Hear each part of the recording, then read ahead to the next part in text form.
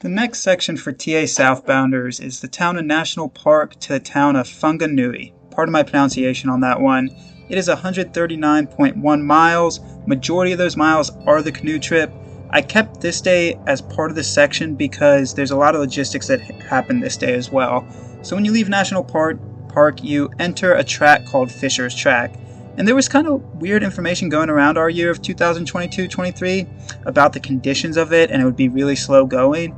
But ultimately, it is mostly gravel road, and then sometimes you get into this pseudo two-track, single track where it gets narrower, it gets wider, but it is very, very well maintained, and you can hold a very standard pace on there.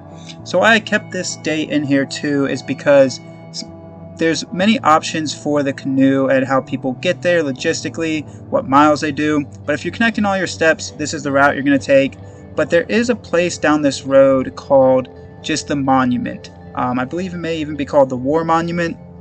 And it's once you connect into this major highway, and a lot of people, if they haven't coordinated their canoe hire beforehand, will end up hitching back with Tamarununi Canoe Hire to go back and do their safety briefing and get all the logistics handled for that canoe section. I'm not talking a whole lot about the track here because, again, it is two-track step-in, very straightforward, gravel road, standard pace. So as you get closer to this war memorial/monument, there will be this overview map here that shows you what's going on. So it does show you what the Mountains to Sea Trail is. What's highlighted is if you try to walk it, and you see that pocket that you can't avoid, that you have to take a boat through. But that river is the river that you will be ultimately going on. So if you're not going back into the town of Tamaruni, you have a road to continue on past this point. And past this point, the road quality stays very similar. It does have more sharp ups and sharp downs, ascents and descents, so that will cut into your pace a little bit. But it's beautiful kind of cliff walls, beautiful sprawling farmlands, very, very quiet road because it dead ends at where you will ultimately be camping for that night, which 99.9% of hikers do.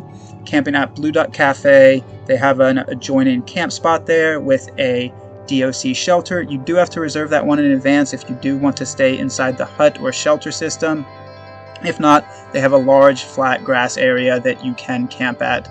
And this is the continued road walk down there. As I said, those micro ups and downs do have more of a factor in this portion of the road, but we saw maybe 2 cars the entirety of it. A lot of sheep farms you pass, so give them a wave, give them a smile. Definitely buoys the spirits when it's been a long road walk day. So this is the town. It's called Wakahuro, pardon my pronunciation, where Blue Duck Cafe is situated, and this is the camp spot where 99.9% of TAers will stay. I don't know what that other 0.1 does, but this is the camp spot where the jumping off point for the river really begins. And I kept this piece of film in because it just always makes me chuckle every time I go back through the film and see that tent. It is quite bad. So the first day on the river, many hikers, again, the Canoe Hire will put you to this first camp spot called John Cole Camp. They do a smaller mile day because they want you to get comfortable with the canoe, kind of navigating it, directing it, paddling down the river. So they do you a smaller mile day, and John Cole Camp has an infrastructure to really support upwards of 50-60 hikers. It would be tight at that point, but it's a very big campsite along the river. So once you wave goodbye to the sheep, you start your river, and this is the bus that will come meet you down there. They'll help you out. You get these barrels that you had packed your food in, and you start strapping everything into the canoe, and they'll walk you through the full process. I'm not the wealth of information there. As you can see, the instructor is showing you how to paddle. He's doing a little quick crash course before you hop in your canoe right here and go down the river. So river conditions can fluctuate quite a lot. I want to point out, in our year of 2022-23, this river flooded multiple times throughout the season, and we were right on the tail end of a flood leading into actually another flood. So we had really, really lucky timing. There's time splits. They give you these maps, and I kept this piece of film long because I wanted to show you these maps. They have these maps that are very in-depth for the river itself, and they give you the time splits from camp spot to camp spot. And with the way the water was moving, we were moving 2 times their average speed because of how high the river was. So keep that in mind when you're planning your river trip. The water level conditions, and the time splits, they give you these maps. They have these maps that are very in-depth for the river itself, and they give you the time splits from camp spot to camp spot. And with the way the water was moving, we were moving 2 times their average speed because of how high the river was. So keep that in mind when you're planning your river trip. And the Tamaruni canoe hire will also inform you of that before you start your journey.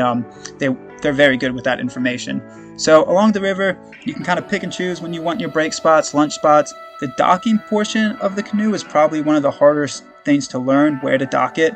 I also kept these pieces of film in. It's not really information per se, but there are eels in the water. We were dangling our feet here while we were eating lunch, and then Magpie reached under to grab something in the water, I believe. She might have dropped something, and she got bit by an eel. So even though there are no natural predators in New Zealand, I don't believe there's any bull sharks in these rivers or any type of shark or fish that will want to bite you, besides eels. They do have a lot of eels in New Zealand. Again, I don't think they're going out to get you. It's just chance encounter. It was probably its home underneath that log there.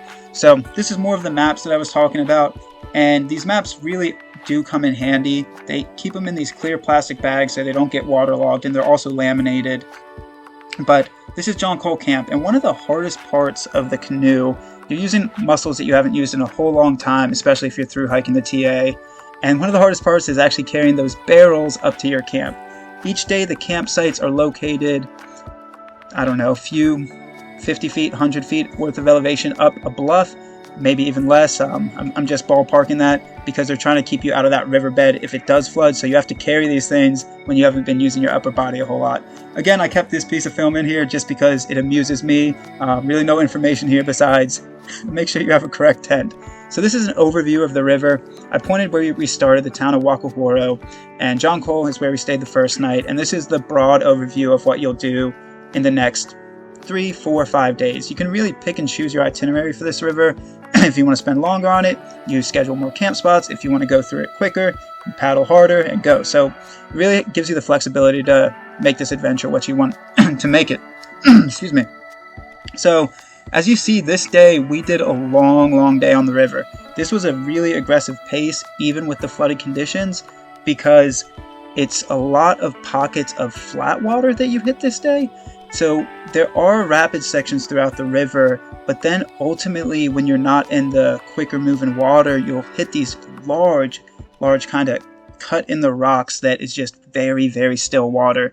And this is a great shot right here because it shows you the water not moving at all. So you will have to paddle harder if you want to get more forward momentum through there. And this place right here is the rock called the junction to Bridge to Nowhere. You can do a quick little day hike up there. It takes anywhere from an hour round trip. If you are wanting to walk it and you really are against the canoe, you can catch a jet boat from here and it will take you to the town of Papriki. Again, pardon the pronunciation. Again, 99%, maybe 90% of hikers do the canoe, so it really comes down to preference there. Once you get past there, you hit more of these pockets of really flat, slow water. As you can see, I was wondering what was going on. We were going fast, and then all of a sudden, it's like you hit just like a brick wall. And I filmed these maps again just because you should utilize them. They really help out throughout the day. They kind of show you the twists and turns in the river. They let you get a broad estimation of where you are, your pace, where you're going.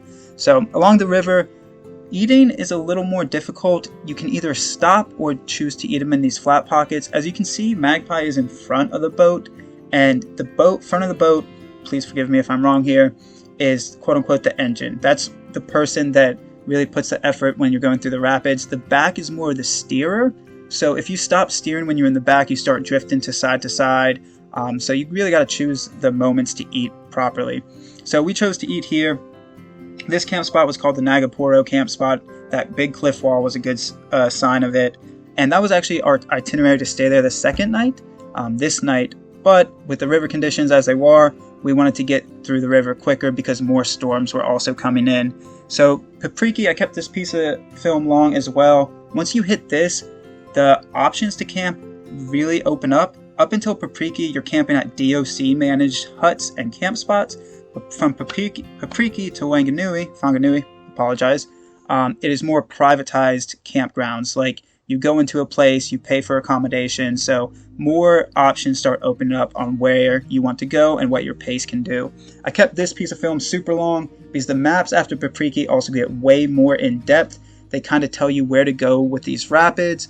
They kind of tell you what to shoot for. With the water levels the way they were, we didn't really hit too many pinch points, but depending on your water level, it can get a little more technical once you get past the town of Papriki, or the boat ramp of Papriki.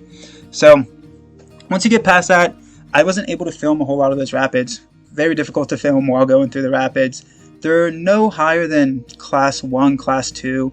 I believe they said there is a class 3 somewhere on this river, but it has to be really low water for it to become a class 3. We did not tip. We didn't really hear of anybody that tipped. To tip, you would really have to hit a rock pretty straightforward head on, or just get extremely unlucky. We're not by any means experts in canoeing. We're below amateur, and we did not tip, so that was very lucky. So this is Flying Fox campsite, and this is a privatized campsite. The owner lets TAers, hikers come up there, and it is a full-service camp spot. They have a kitchen, they have a shower, they have privies, they have a big campfire pit. A lot of hikers decide to go there. They also have extremely good Wi-Fi somehow. So here's the kitchen, as I mentioned, really kind of a full-service camping option there. Pack out your cans because you can eat some good food on that river. So the last day, some people will end up splitting this day in two. If you're just really ready to get off the river, you can push all the way to Whanganui Holiday Park.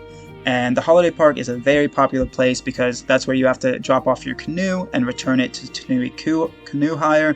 They will come pick it up. You just drag it onto the bank and unload your stuff and make it presentable for them, and like clean out everything that you possibly can. So I didn't get a whole lot of film this day because it started raining on us near the end there. A couple logistical points I want to point out is once you get past the place called HikingAmerica Park, is you start getting closer to Whanganui, but Whanganui is also a coastal community, so you start having a fight with a tide. And again, with the water levels we had, it kind of balanced out. We were fighting incoming tide, but it kind of just completely balanced it out. But you do want to time it so you're going with the outgoing tide, because it is very, very strong. It goes 7-8 miles up into the river, the tidal creek there. So this is HikingAmerica Park. You can camp there. I've heard that the amenities aren't great, really not that much going on there. And as I was saying, a whole lot of rain this day. So as you get closer to the holiday park, this kind of becomes your scene. And this is when the tidal stuff does affect you. Again, I can't stress that high enough. If we were fighting the pure tide without the river being flooded, it would have been a struggle. There were points as we got very close to the holiday park that we stopped paddling and we got pushed backwards. So this is the landing where you drop off your canoe, unload your barrels, and you see the canoes behind me. You put it up there, and this holiday park is very TA hiker friendly. They give you a huge discounted rate to stay in one of these little cabins. You have laundry here, you have a kitchen, you can dry out your stuff. You really got to get situated again to tackle the next section because you've just been canoeing for 3, 4, 5, 6 days. You really got to break down your gear and get it right again. So it is a full service holiday park. They will shuttle you into the town of Whanganui if you need more food. If you just want to go into town, those town shuttles do happen at specific times, so just coordinate that.